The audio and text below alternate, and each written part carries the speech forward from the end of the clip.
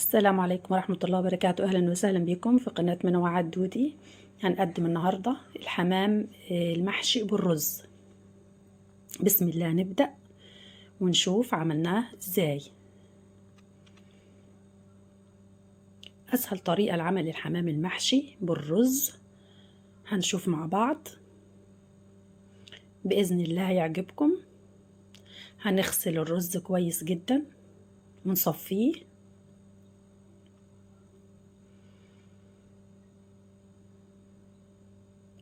والكمية طبعا عدد الحمام اللي انت هتستخدميه. وبعد المية ما هتغلي على النار هننزل فيها الرز وهنسيبه يغلي غلوتين 3 كده. مش لازم يتسلق سلقة كاملة، لا هيتسلق نص سلقة علشان هيكمل سواه في الحمام، علشان ما يعجنش معانا بعد ما يخلص الحمام تسوية. هنسويه نص تسوية ونصفيه كويس.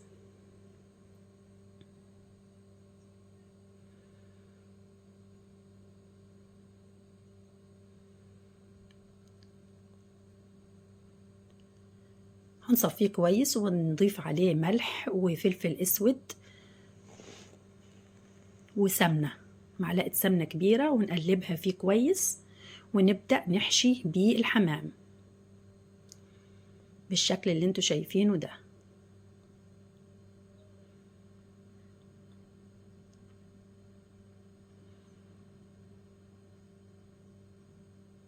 هنحشي الحمام، هندخل الرز في الحصلة من قدام كويس جدا.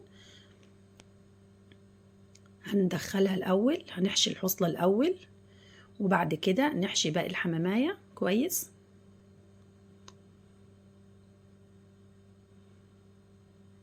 ونقفلها بالشكل اللي انتوا شايفينه ده،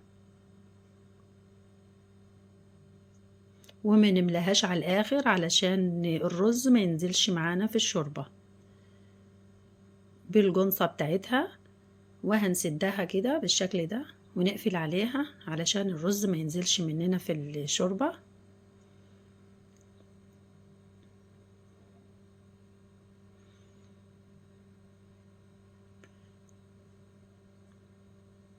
كده الحمام اتحشى اهو. بنفس الطريقة هنحشي كل الكمية اللي معانا. عفوا.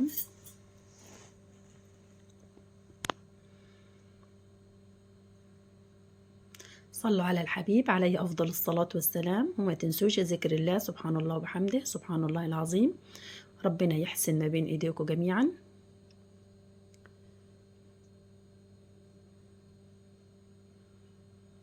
طبعا حشوة الرز في ناس كتير بتفضل حشوة الرز عن الفريك، دي أذواق طبعا. وحشوة الرز بتكون خفيفة وجميلة. والرز احنا مش بنضيف له غير ملح وفلفل اسود بس علشان طعمه بيبقى جميل كده. ما بيتحطلوش اي بهارات تانية علشان ما تغطيش على طعم الحمام وطعم الرز. كده هنحشي كل الحمام بنفس الطريقة اللي انتوا شايفينها دي. كده خلصنا كل الكمية اللي معانا.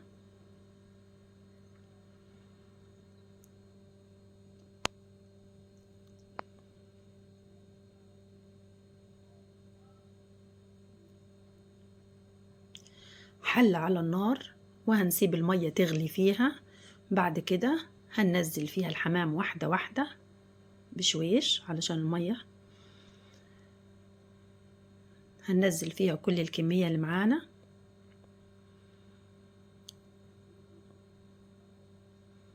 بسم الله ما شاء الله.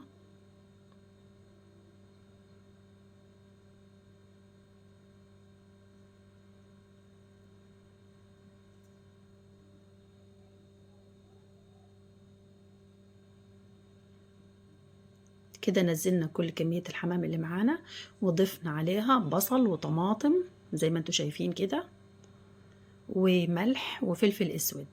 في الشوربة لازم نضيف في الشوربة الحاجات دي، طماطم وبصل وفلفل اسود وملح، علشان طعم الشوربة يبقى حلو معانا. وانا دايما بطحن الفلفل الاسود مع الحبهان، بيديله طعم وريحة جميلة جدا. ولو عندك مستكة ممكن برضو تضيفيها معاهم. كده استوى. هنطلع الحمام، هنعرفه استوى ازاي. اهو كده هنشيل الجناح كده بالشكل اللي انتوا شايفينه ده، هنلاقيه اتشال معانا بكل سهولة. هنبدأ نطلع واحدة واحدة بشويش كده بالراحة علشان ما يتفتحش مننا. شايفين الشوربة شكلها جميل ازاي.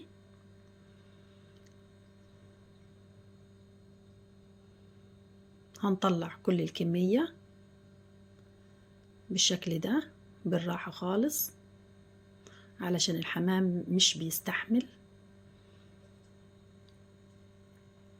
زي ما انتوا شايفين كده. هنرش عليه ملح وفلفل اسود بعد ما طلع من الحلة.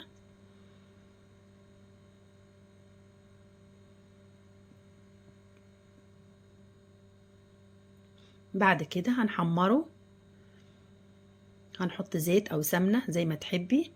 بعد كده الحمام ممكن تحطيه كده لوحده، وممكن تدهنيه بالصلصة. لو انت عايزة لونه يبقى احمر زيادة عن اللزوم هتدهنيه صلصة، وممكن تحطيه كده برضه هيديك اللون اللي انت عايزاه. شايفين لونه جميل ازاي في التحمير. هنقلبه على كل جنب علشان يبقى كله لون واحد بالشكل اللي انتوا شايفينه ده. بسم الله ما شاء الله، ما شاء الله، لونه جميل جدا والحشوة جميلة وطعمه كان جميل جدا. شرفتوني حبايبي ونورتوني، يا رب أكون قدرت أفيدكم.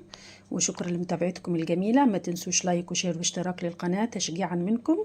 شكرا حبايبي لمتابعتكم، نورتوني وشرفتوني.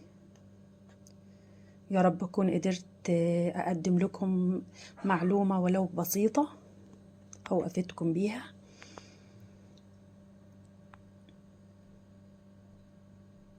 دي طريقة الحمام المحشي بالرز، طريقة سهلة وبسيطة جدا، ما فيهاش أي افتكاسات، ولذيذة طبعا، طعمها جميل جدا. جربوها هتعجبكم بإذن الله.